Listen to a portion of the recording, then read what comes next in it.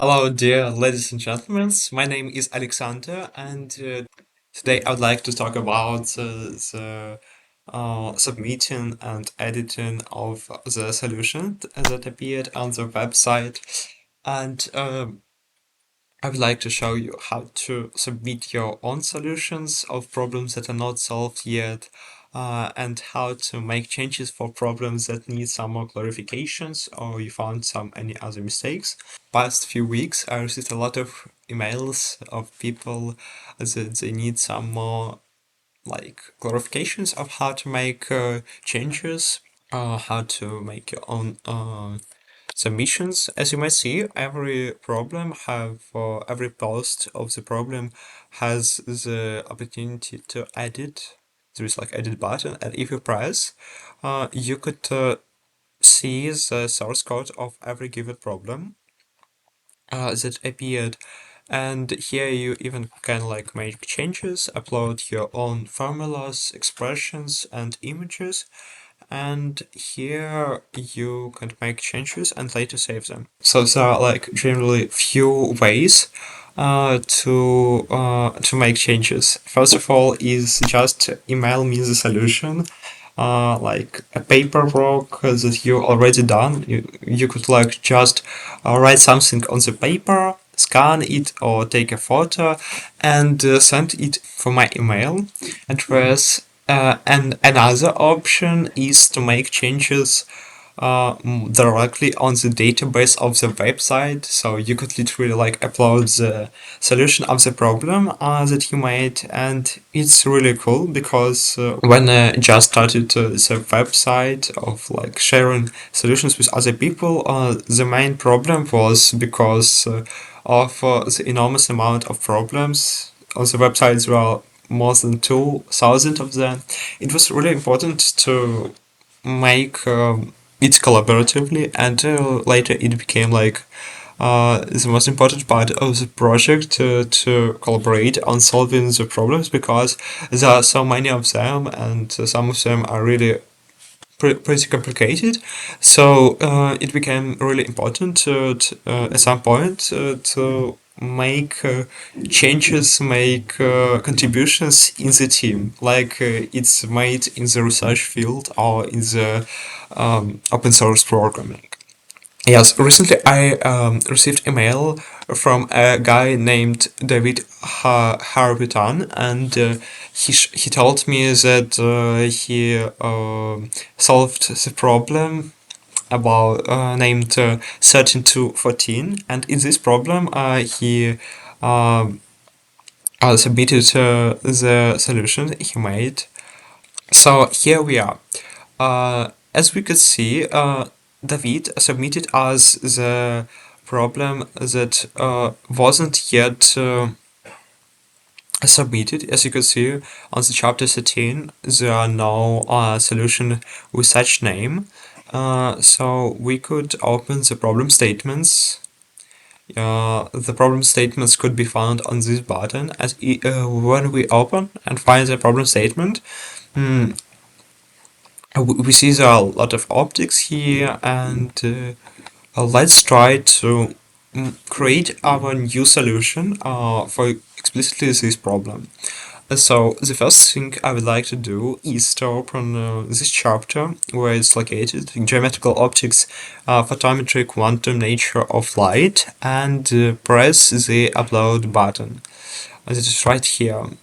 On this field, we could type the name of the problem we would like to add and press the button submit.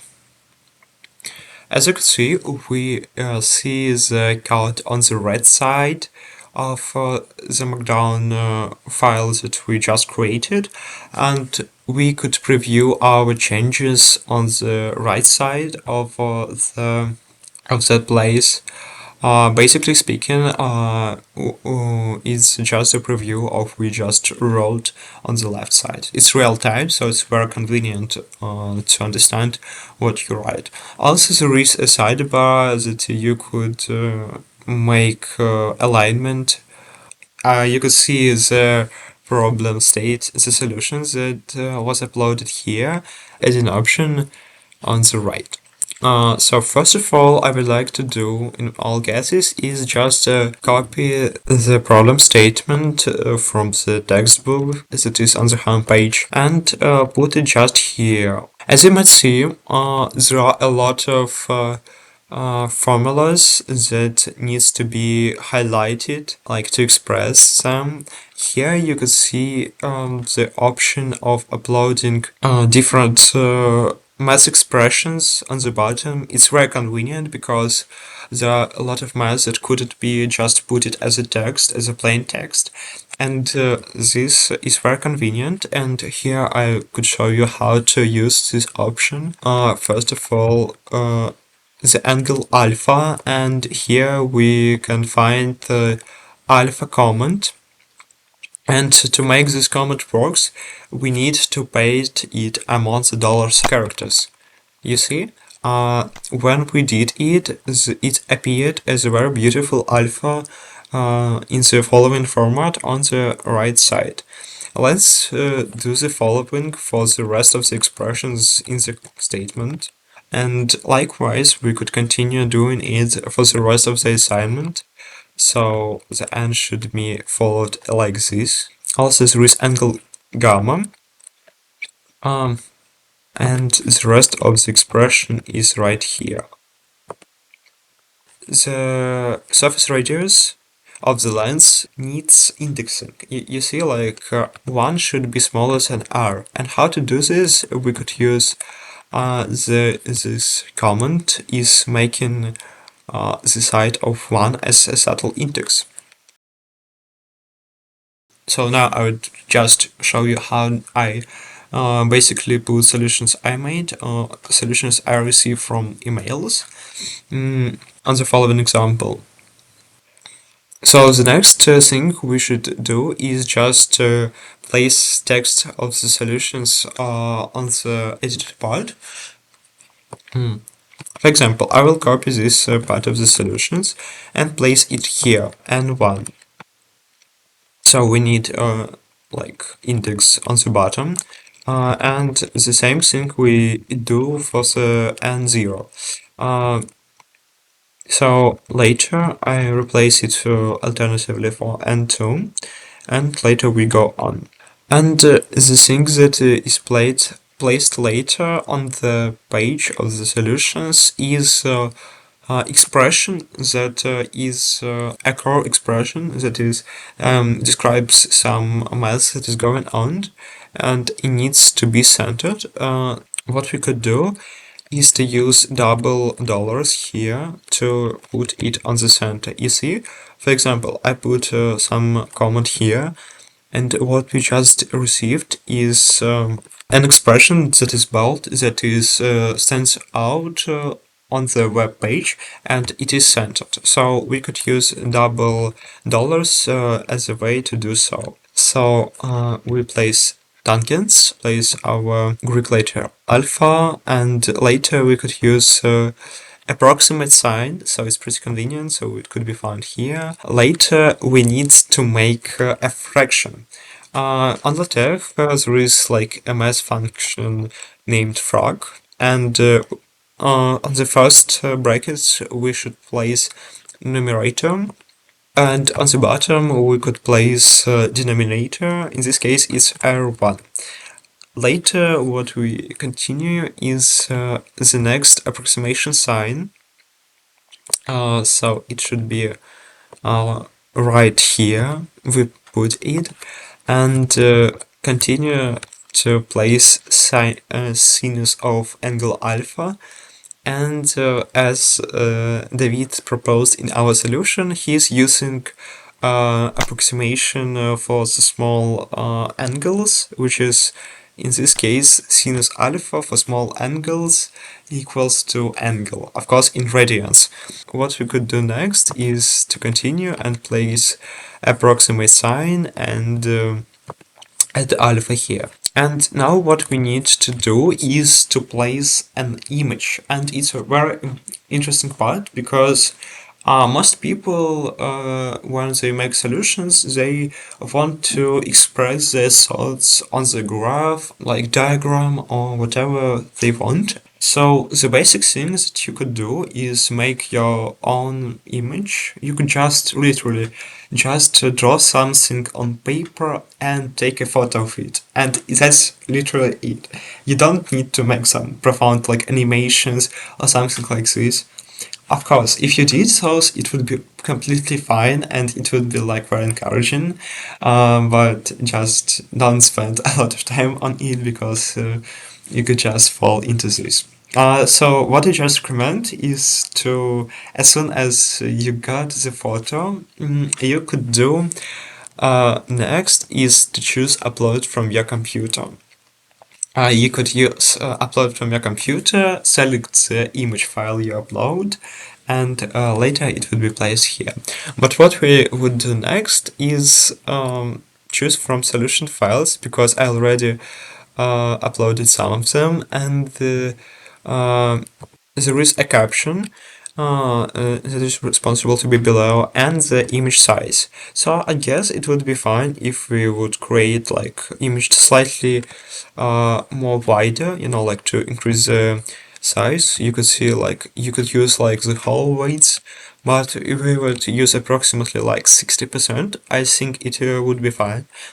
Basically, using such hashtags, you could increase or decrease the size of the text we inserted. I think four of them would be completely fine, like in such solution. So, basically, it took me some time, and now, as you can see, we have a complete solution. We have statement.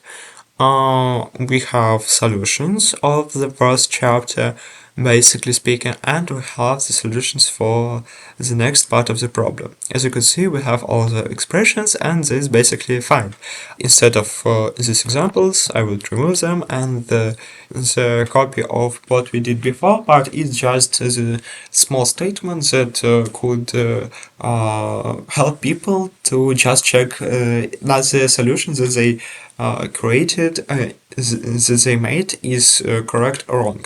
We don't want to make like a cheating source for people to get the just the solution and get a good grade after this. If like teacher proposed assignment from the Savchenko, for example, the thing what we want to do is provide a guide of how to get into those steps. So basically, we what motivates us when we provide such assignments, such guides, is to provide like opportunities for people who don't have a teacher, for example, in their high school, or don't have mentor or any other senior students who could help them with solving of certain problems. And a lot of people really like tell that it helped for them. I received email like few months ago, and the girl said that she just literally dropped solving of the Savchenko problems in physics, literally because it was complicated for her, and she was just trying to solve problems she couldn't solve, and she just dropped out. She just like finished it and put it aside. But later in her email, she told like that when I just encountered your website, it was really helpful for me because it provided such resources for me. I understood how to use certain methods in physics, applied them in real physics Olympiads. The point of this is not to provide just like raw expressions like one after one. The key thing is to use really text to connect the expressions, describe what we do and how we came to these thoughts. Maybe apply some fundamental physics laws for the statements we did. Not just say that it's obvious. It's like the most obvious thing is to take a double integrate of something over something.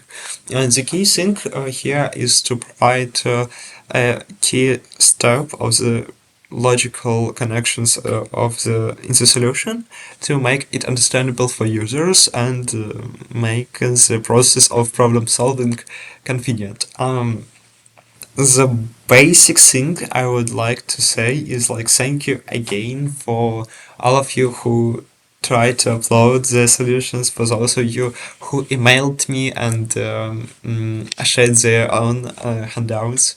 Thank you for all people who helped me with the project at first days. I really encourage like the national team of the team of the Lyceum BSU on the National Physics Olympiad.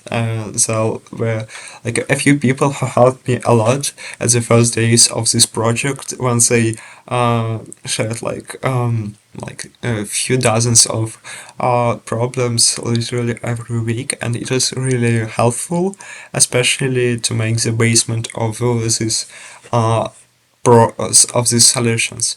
So I'm very grateful for all of you who contribute for the project and to make it make the physics education more accessible for most people. It's really good.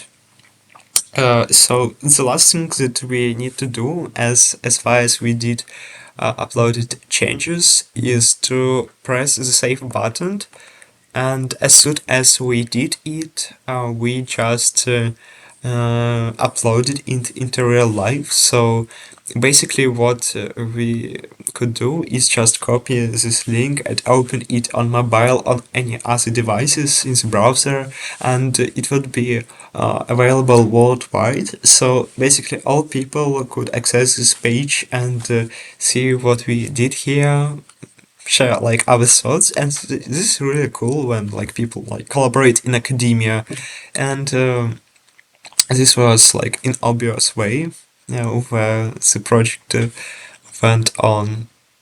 And also you could open your profile and you could see here the changes you made before for the problems you made before, and basically what we did here is weird here. So it's like if you make a lot of changes, it might be like more preferable if you do so. So thank you for your attention. I hope you have a good time enjoying physics, and see you soon. Bye bye.